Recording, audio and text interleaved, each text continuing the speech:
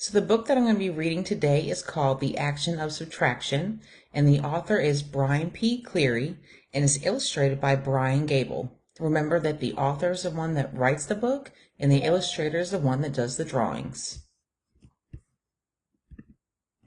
Subtraction is an action that will make your total less, whether ice cream scoops or hula hoops or inches from a dress.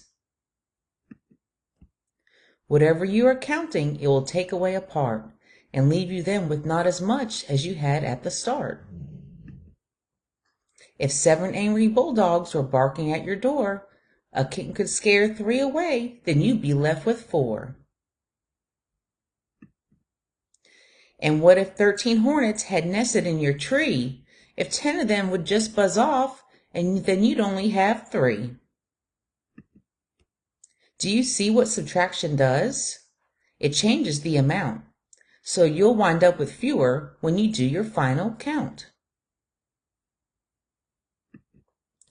Minus means to take away some number from the whole, like if you had 10 bowling pins and grabbed a ball to roll. Let's say you knocked down 8 pins with the first ball that you threw, then 2 would still be standing because 10 minus 8 is 2.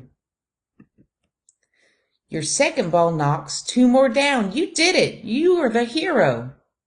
Now all the pins are down because 2 minus 2 is 0. In this case, it means equal or totals just the same. That means matching value in a problem or a game.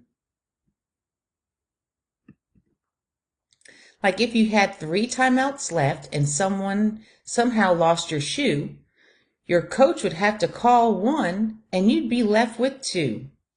3 was what you started with, then you subtracted 1. That would equal 2 more left before the game was done.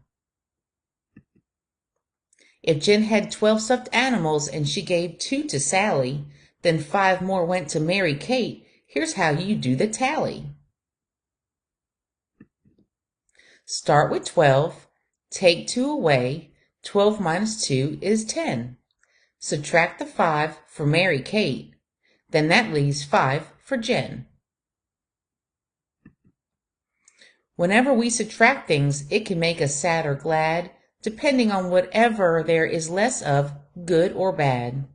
Like fewer school days due to snow and less time with the dentist.